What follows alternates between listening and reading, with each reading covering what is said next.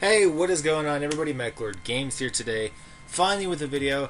After Dueling Network went down, I wasn't able to really record anything. My Dev Pro wouldn't actually update, and was having quite a lot of just wasn't able to actually do anything Yu-Gi-Oh related video-wise or anything, because with the loss of DN, I couldn't download Yu-Gi-Oh Pro, and Dev Pro wouldn't update, so I didn't really have anything to use to make videos. But finally, Dueling Nexus is a new free-to-play site that came up, and it's still in alpha testing right now, but it's pretty good. But there are quite some bugs, like occasionally it will freeze up. The deck search ability, there needs to be a better search engine, but aside of that, Dueling Nexus right now is pretty good. They have a Discord chat channel, which I've been chatting on, and it's really weird and really crazy, and some of the people are very awkward, just like DN, so that didn't really change. So I am definitely going to be starting to make Yu-Gi-Oh videos again now that there is a site that I'm able to play on. And now there will be full-time face cam, and I will hopefully also at times be able to live stream here in the short future on Twitch. Maybe even some streams on YouTube, I don't know. YouTube's streaming is always fucked up and broken. So basically, that's the majority of it. There's going to be full-time face cam on every video now. I hope you don't mind my ugly mug. For those of you who don't know what it looked like, this is me. If you don't like it, fuck you. So, today I'm going to be talking about a Magician deck that I've been playing around with. They came out with some new stuff, and I wanted to try it out. But I was trying to do like a Magician control build for a little while, and it was doing okay. It was doing pretty good, but I always ran into some issues, and the deck wasn't really consistent enough, so this is the current build that I'm testing out now. So we've got 3 Dragon Pit, obviously, for back row removal, 1 Master Pendulum, the Draco Slayer. He's a good 1950 beater. On top of that, you can blow cards up in Pendulum Zones, which can also help you, and I'll explain how that works. Then we've got 3 Dragon Pulse, which is monster removal. It's another level 4, 1800 beater. Not too shabby. Pendulum scale of 1, we got a pendulum scale of 3, we got 3 8s here. 2 Odd Ice Pendulum Dragon. They are used to search out for a few of your cards. But mostly because they're darks, they're 2500 beaters, and they are level 7s. And the level 7s is kind of a nice thing in here. So we've got 3 Xiongqi Magician. Really good right now because it negates light monster effects. Really strong against some of the Blue Eyes builds out there.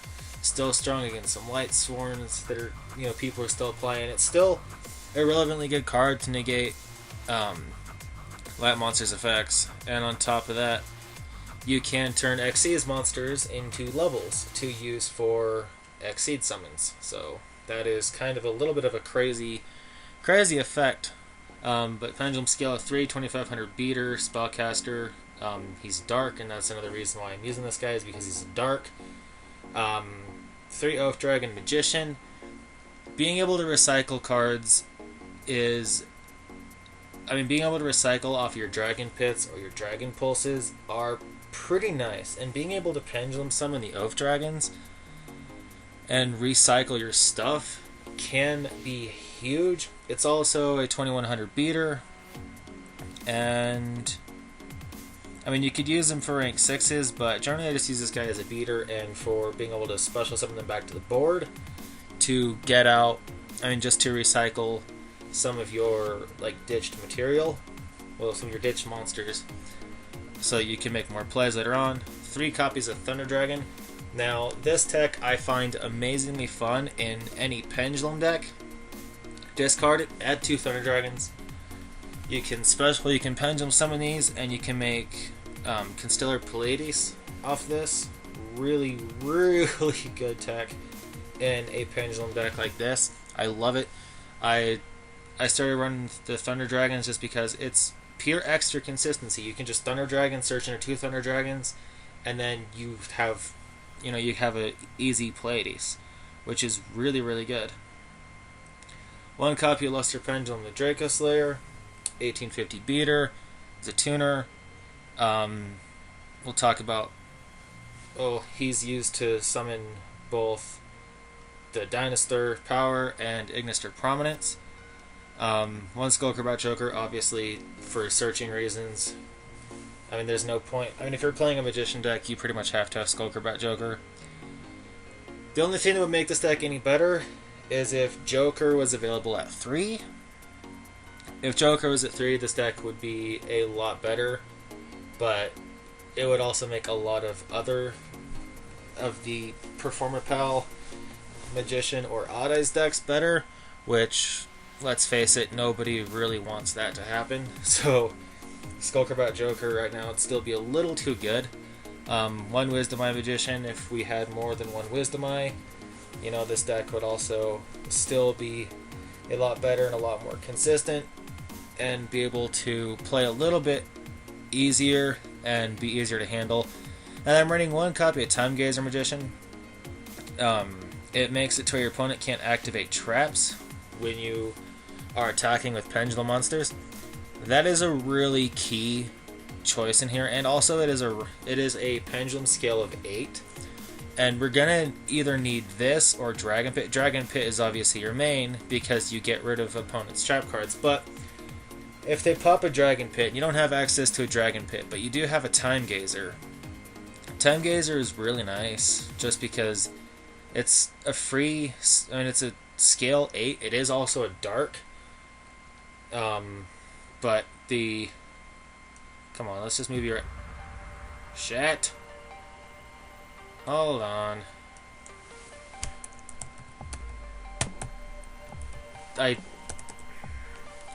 This does annoy me quite a lot, actually. Okay, can we just move this guy here? Because I want to read his monster effect. And then, if he's a monster, the first card or cards in your Pendulum Zone that would be disturbed by an opponent's card effect is not destroyed. So, that is really strong. Just really, really strong. Great card, honestly. A lot of people disregard this card and say that it's not good, but being able to lock down traps, so if you have an OTK board on the field, your opponent can't decide, oh, I'm gonna, Drowning Mirror Force you. They can't do that because Time Gazer stops that. And he's a scale 8. 2 Max C, for obvious reasons. A lot of decks these days just spam the board, and being able to just get as much resources as possible is very key. 3 Allure Darkness, once again getting as much resources as possible. I had to add the Time Gazer in here because of the fact that there aren't that many darks. I mean, you got 3 Xeon Key, 2 Odd Eyes, and a Skullcrobat Joker, but there wasn't really any darks that I would be willing to sacrifice for Allure Darkness. I mean, the Odd Eyes is yes, but I'd much rather keep the Xeon Key Magicians, and obviously the Skullcrobat Joker.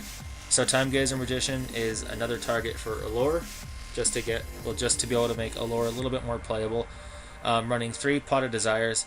I'm still not convinced that this card is all that great because you do remove one fourth of your deck, but you do get to draw 2 cards, and that is pretty good. A free draw 2. Well, a draw 2 is pretty good. Just make sure that you have all your main resources first before you do this. Like, make sure that you go through your Thunder Dragons. Like, you want to make sure you get your Thunder Dragons because that's when, like, your main tech plays. You want to at least make sure that you can get some of your level 7, get some of your big beaters on board, like Xeon Key or Odd Eyes. You want to make sure you get them on board and at least keep Luster Pendulum. You want to just try to make sure those are like the resources that you actually keep. So Pot of Desires is really good, but it's kind of more of a last minute resort kind of card, but it's not bad. Pendulum Call, amazing card in the deck. There's a reason why it's limited to 1, because the card itself is almost a little too good. And I mean almost a little too good. Just almost. 1 Upstart Goblin, just the extra consistency. 3 Summoner's Art to make sure you get Dragon Pit. It's one of your few scale 8s, and you need your scale 8s. Otherwise, you're gonna have a little bit of trouble playing the deck. I mean, if you look at the scales, 8, 3, 1, 4, 3, 2, 5, 8, 5, and 8. So there's not that many skill 8s, and you just want to be able to maximize your search potential, you want to maximize your speed, and get your key components. And Dragon Pit is definitely one of those. 3, Duelist Advent. This can search out pendulum monsters, or pendulum spell or trap cards. So you can search out Odd Eyes, you can search out Luster Pendulum, you could search out Master Pendulum, you could search out the Pendulum Graph of Ages. Now this card is very good because you combo this with Wisdom Eye, and you can actually get some decent search power off of it, or you can actually do it off of Master Pendulum. So you can target the Pendulum card on the Pendulum Zone and destroy it. You can pop itself. Boom. Pendulum of Ages. Oh, sorry. If you pop a Magician Pendulum monster, you'd be able to get that off. And it's a scale 3, so as long as you get a Dragon Pit on board afterwards, you're pretty okay. Considering you can search out any Magician card. So you can throw down like an Oath Dragon and Master Pendulum, and then you use your Duelist Advent. Duelist Advent, you get out Pendulum Graph of Ages.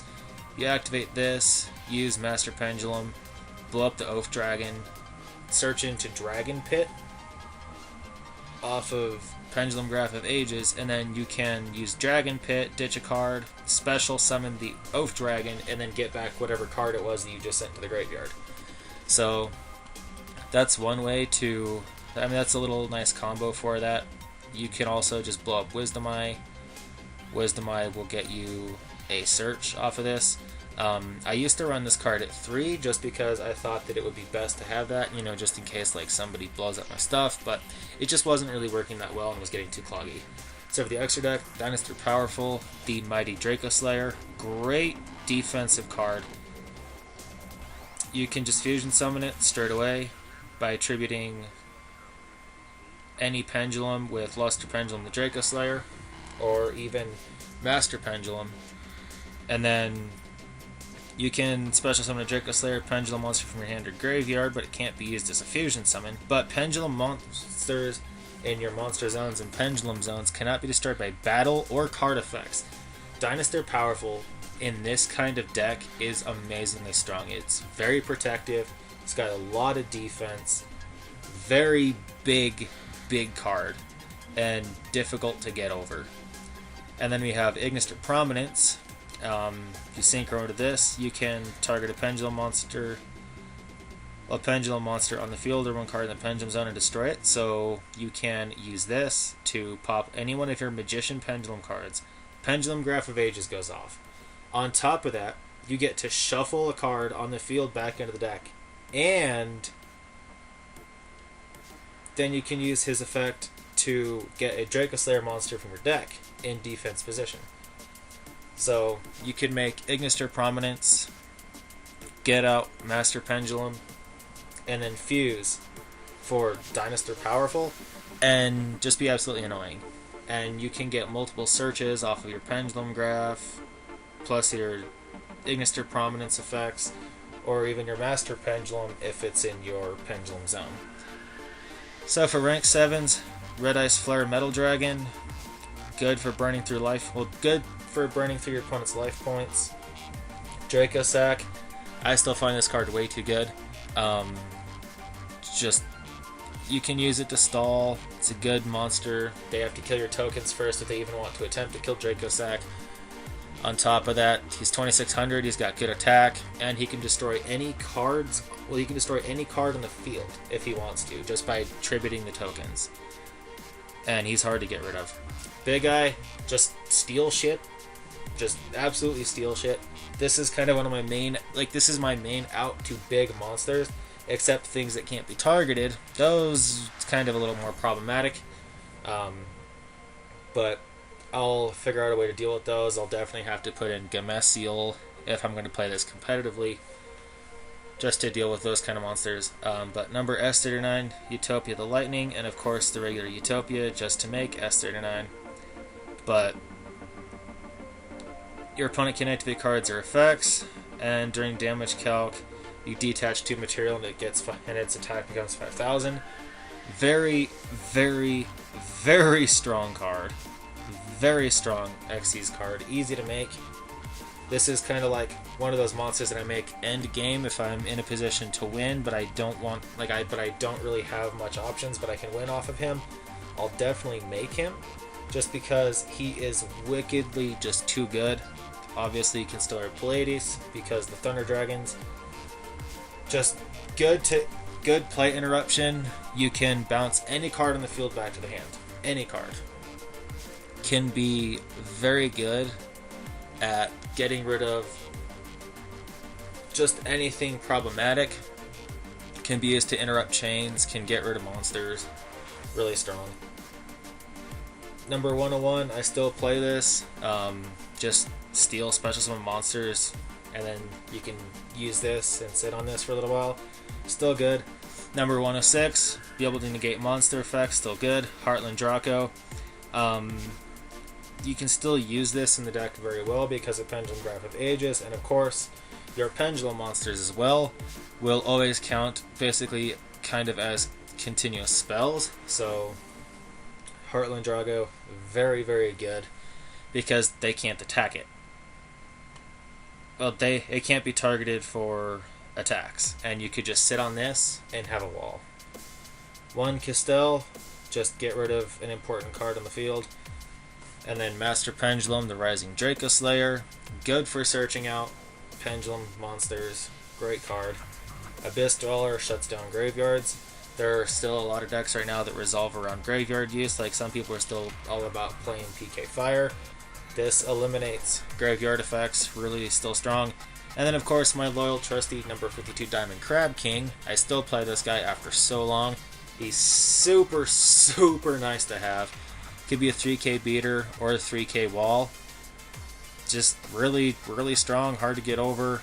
He will make your opponent have to waste resources to get rid of him, because otherwise they're not going to be able to, unless they get something like a Regeki or something.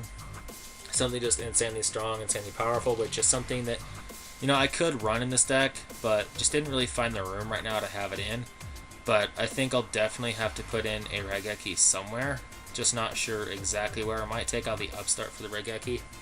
Not 100% sure. But, so for other cards I was testing, I was using Terraforming and Secret Village, and it was really, really strong, but sometimes it screws yourself over a lot, because you have to control a spellcaster monster, and if you don't have your Pendulum Zone set up, you can't exactly special summon, and you can't even activate them if you don't control a spellcaster. So it really did hurt you a lot, but I really wanted to implement this into the build, and for a while it was working really well, but I just didn't really know a way to actually implement it in properly to be able to make the deck as efficient and as strong as possible and be able to have the deck flow a certain way. And because the deck does rely on activating spells and spell effects, Secret Village really hurt me a lot more than I thought it would. So it was a pretty complicated card to actually run, but I want to make a build of this deck including it, as well as Secret Sanctuary of the Spellcasters. So when a monster is summoned, except spellcaster type monsters, to your opponent's side of the field while you control a face-up spell card and your opponent does not, that monster cannot attack or activate its effects. Really, really good card against any deck that uses face-up spell cards. So pendulums count as face-up spell cards. Really, really good. That monster can't attack or activate its effects, so it's really good negation. You can still run this card. I just haven't actually figured out a way to properly run this yet in the build as well. But Secret Sanctuary, really, really strong. And it's just really good. Really, really good. And you can just have this on the field along with the Pendulum Graph of Ages. And that right there works really well with Heartland Draco, because they'd have to go to get rid of both of these, which most people run Twin Twister, so it's not that big of a deal, but if they don't get rid of your Pendulum Zones, they're going to be having some more issues. So this card is really great tech choice. I still want to fit this in. I want to fit this in more than the Secret Village, to be honest. I want to fit these in more than Village. So then for other cards that are really good for this kind of deck, Pendulum Impenetrable.